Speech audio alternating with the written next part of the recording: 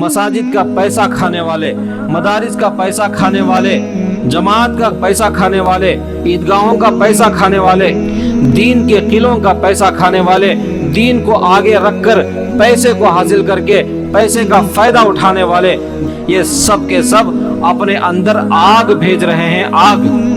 یہ حقیقت میں پیسہ نہیں کھا رہے ہیں، بلکہ جہنم کی آگ ابھی سے وہ کھانا شروع کر چکے ہیں۔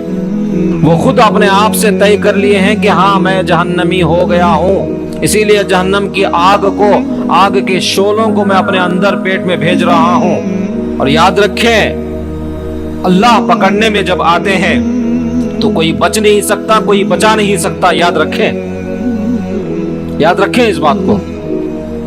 اللہ کا عذاب آئے گا تم پر، اور وہ عذاب بیماریوں کی شکل میں بھی آ سکتا ہے۔ تمہارے جسم کے اعضاء سڑ سکتے ہیں، تمہارے ہڈیاں سڑ سکتے ہیں، تمہارا خون سڑ سکتا ہے، تمہارا جسم کیڑوں سے بھرا ہوا ہو سکتا ہے۔ سب کے جسم کے اندر جراثیم ہیں، کیڑے ہیں۔ اگر اللہ کا ایک حکم اور ایک اشارہ ہو جائے، ہمارے جسم کو فائدہ پہنچانے والے جو کیڑے ہیں وہ بھی ہمارے جسم کو نقصان پہنچانے والے کیڑے بن جائیں گے، اور ہمارے جسم کو کھا کر خراب کر دیں گے۔ ہمارے جسم کے مختلف راستوں سے کیڑے باہر بل بلاتے ہوئے نکلنا شروع ہو جائے گا۔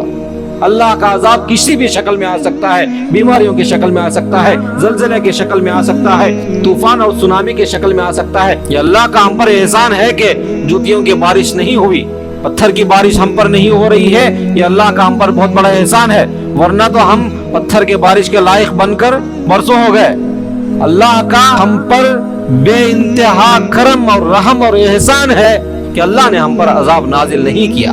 وہ بہت بڑا مہربان نہایت رحم والا ہے، اس لیے ہم پر رحم فرما رہا ہے، اب بھی رحم فرما رہا ہے۔ تو ہمیں چاہیے کہ مساجد کو مساجد کا مقام دیں، مدارس کو مدارس کا مقام دیں، دین کے قلعوں کو دین کے قلعوں کا مقام دیں۔